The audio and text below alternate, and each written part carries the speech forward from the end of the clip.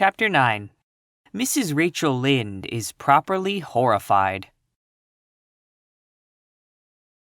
Anne had been a fortnight at Green Gables before Mrs. Lynde arrived to inspect her. Mrs. Rachel, to do her justice, was not to blame for this. A severe and unseasonable attack of grippe had confined that good lady to her house ever since the occasion of her last visit to Green Gables. Mrs. Rachel was not often sick, and had a well-defined contempt for people who were, but grippe, she asserted, was like no other illness on earth, and could only be interpreted as one of the special visitations of Providence.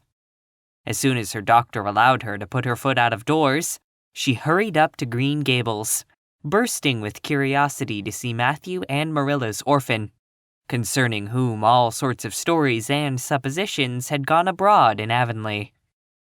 Anne had made good use of every waking moment of that fortnight.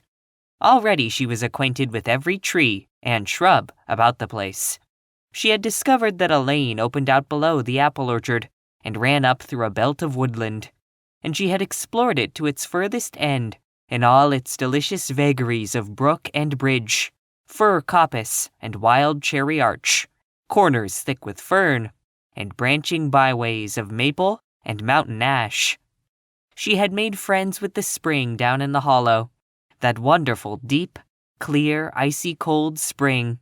It was set about with smooth red sandstones, and rimmed in by great palm-like clumps of water fern, and beyond it was a log bridge over the brook. That bridge led Anne's dancing feet up over a wooded hill beyond, where perpetual twilight reigned under the straight, thick-growing firs and spruces. The only flowers there were myriads of delicate June bells, those shyest and sweetest of woodland blooms, and a few pale, aerial starflowers, like the spirits of last year's blossoms. Gossamers glimmered like threads of silver among the trees, and the fir boughs and tassels seemed to utter friendly speech. All these raptured voyages of exploration were made in the odd half-hours which she was allowed for play, and Anne talked Matthew and Marilla half-deaf over her discoveries. Not that Matthew complained. To be sure, he listened to it all with a wordless smile of enjoyment on his face. Marilla permitted the chatter until she found herself becoming too interested in it, whereupon she always promptly quenched Anne by a curt command to hold her tongue. Anne was out in the orchard when Mrs. Rachel came, wandering at her own sweet will through the lush, tremulous grasses splashed with ruddy evening sunshine, so that good lady had an excellent chance to talk her illness fully over, describing every ache and pulse beat with such evident enjoyment that Marilla thought even grippe must bring its compensations. When details were exhausted, Mrs. Rachel introduced the real reason of her call. "I've been hearing some surprising things about you and Matthew." "I don't suppose you are any more surprised than I am myself," said Marilla. "I'm getting over my surprise now." "It was too bad there was such a mistake," said Mrs. Rachel sympathetically. "Couldn't you have sent her back?" "I suppose we could, but we decided not to. Matthew took a fancy to her, and I must say I like her myself, although I admit she has her faults. The house seems a different place already. She's a real bright little thing." Marilla said more than she had intended to say when she began, for she read disapproval in Mrs. Rachel's expression. "It's a great responsibility you've taken on yourself," said that lady gloomily, "especially when you've never had any experience with children. You don't know much about her or her real disposition, I suppose, and there's no guessing how a child like that will turn out.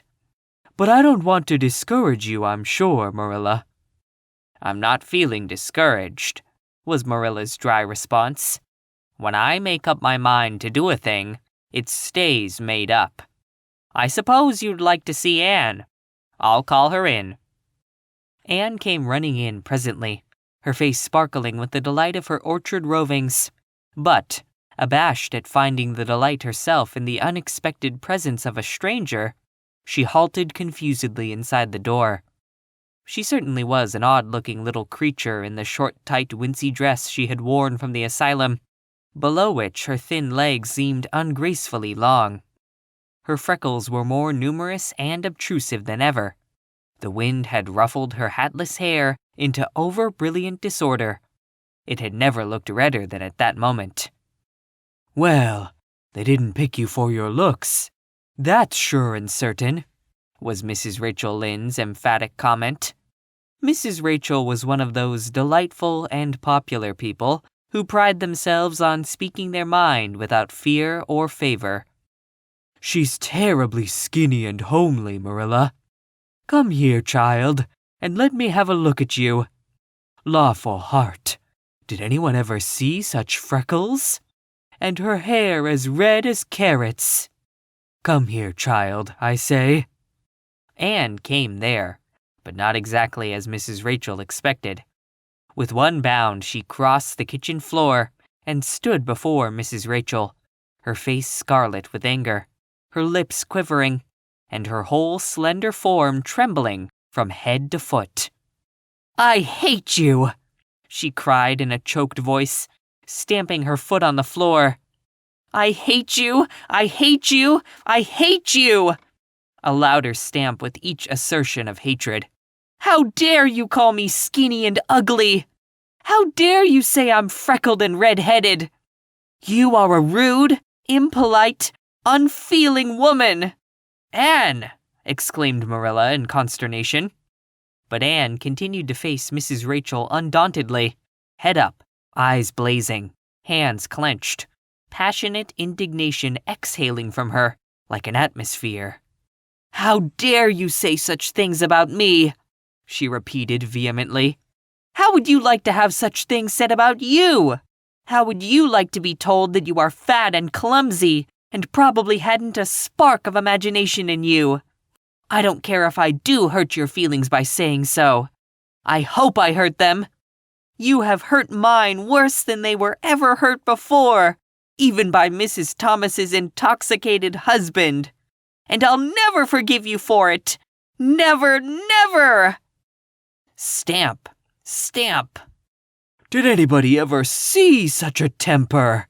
exclaimed the horrified Mrs. Rachel. "Anne, go to your room and stay there until I come up," said Marilla, recovering her powers of speech with difficulty.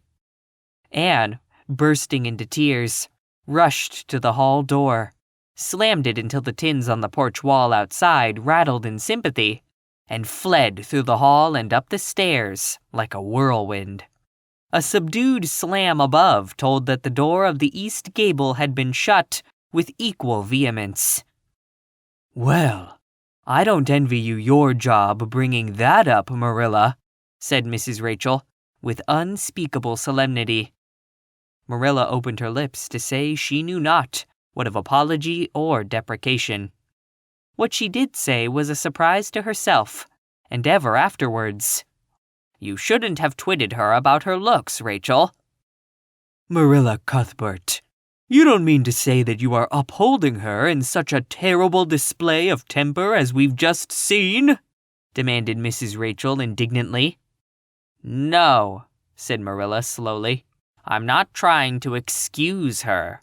She's been very naughty, and I'll have to give her a talking to about it. But we must make allowances for her. She's never been taught what is right. And you were too hard on her, Rachel." Marilla could not help tacking on that last sentence, although she was again surprised at herself for doing it. Mrs. Rachel got up with an air of offended dignity. "Well, I see that I'll have to be very careful what I say after this, Marilla, since the fine feelings of orphans, brought from goodness knows where, have to be considered before anything else. Oh no, I'm not vexed. Don't worry yourself. I'm too sorry for you to leave any room for anger in my mind. You'll have your own troubles with that child. But if you'll take my advice, which I suppose you won't do, although I've brought up 10 children and buried 2, you'll do that talking to you mention with a fair-sized birch switch.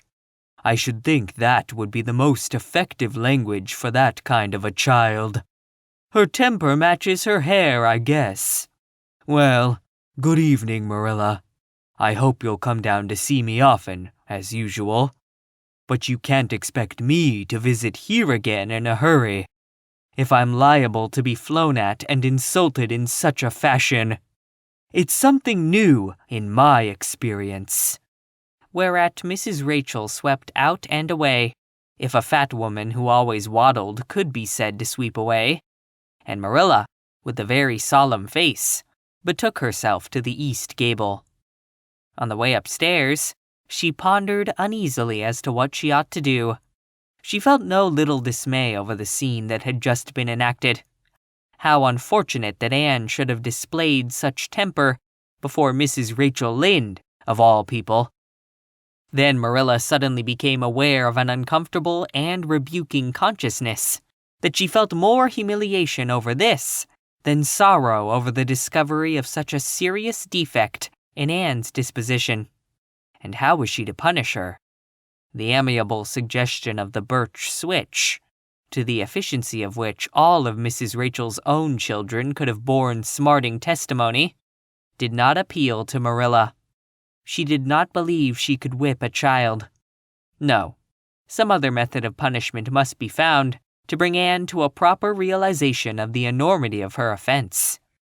Marilla found Anne face downward on her bed, crying bitterly, quite oblivious of muddy boots on a clean counterpane. "Anne," she said, not ungently. No answer. "Anne," with greater severity, "get off that bed this minute, and listen to what I have to say to you." Anne squirmed off the bed, and sat rigidly on a chair beside it, her face swollen and tear-stained, and her eyes fixed stubbornly on the floor. "This is a nice way for you to behave. Anne, aren't you ashamed of yourself?" "She hadn't any right to call me ugly and red-headed," retorted Anne, evasive and defiant. "You hadn't any right to fly into such a fury and talk the way you did to her, Anne. I was ashamed of you. Thoroughly ashamed of you. I wanted you to behave nicely to Mrs. Lynde, and instead of that, you have disgraced me. I'm sure I don't know why you should lose your temper like that just because Mrs. Lynde said you were red-haired and homely. You say it yourself often enough." "Oh, but there's such a difference between saying a thing yourself and hearing other people say it," wailed Anne. "You may know a thing is so, but you can't help hoping other people don't quite think it is. I suppose you think I have an awful temper, but I couldn't help it. When she said those things, something just rose right up in me and choked me. I had to fly out at her." "Well, you made a fine exhibition of yourself, I must say. Mrs. Lynde will have a nice story to tell about you everywhere, and she'll tell it too. It was a dreadful thing for you to lose your temper like that, Anne. Just imagine how you would feel if somebody told you to your face that you were skinny and ugly," pleaded Anne tearfully. An old remembrance suddenly rose up before Marilla. She had been a very small child when she had heard one aunt say of her to another, "What a pity she is such a dark, homely little thing." Marilla was every day of 50 before the sting had gone out of that memory. "I don't say that I think Mrs. Lynde was exactly right in saying what she did to you, Anne," she admitted in a softer tone. "Rachel is too outspoken. But that is no excuse for such behavior on your part. She was a stranger, and an elderly person, and my visitor. All three very good reasons why you should have been respectful to her. You were rude and saucy, and—" Marilla had a saving inspiration of punishment. "You must go to her and tell her you are very sorry for your bad temper, and ask her to forgive you." "I can never do that," said Anne, determinedly and darkly. "You can punish me in any way you like, Marilla." You can shut me up in a dark, damp dungeon inhabited by snakes and toads, and feed me only on bread and water, and I shall not complain. But I cannot ask Mrs. Lynde to forgive me." "We're not in the habit of shutting people up in dark, damp dungeons," said Marilla dryly, "especially as they're rather scarce in Avonlea. But apologize to Mrs. Lynde you must, and shall, and you'll stay here in your room until you can tell me you're willing to do it." "I shall have to stay here forever then," said Anne mournfully, "because I can't tell Mrs. Lynde I'm sorry I said those things to her. How can I? I'm not sorry. I'm sorry I vexed you, but I'm glad I told her just what I did. It was a great satisfaction. I can't say I'm sorry when I'm not, can I? I can't even imagine I'm sorry." "Perhaps your imagination will be in better working order by the morning," said Marilla, rising to depart. "You'll have the night to think over your conduct in, and come to a better frame of mind. You said you would try to be a very good girl if we kept you at Green Gables, but I must say it hasn't seemed very much like it this evening." Leaving this Parthian shaft to rankle in Anne's stormy bosom, Marilla descended to the kitchen, grievously troubled in mind and vexed in soul. She was as angry with herself as with Anne, because, whenever she recalled Mrs. Rachel's dumbfounded countenance, her lips twitched with amusement, and she felt a most reprehensible desire to laugh.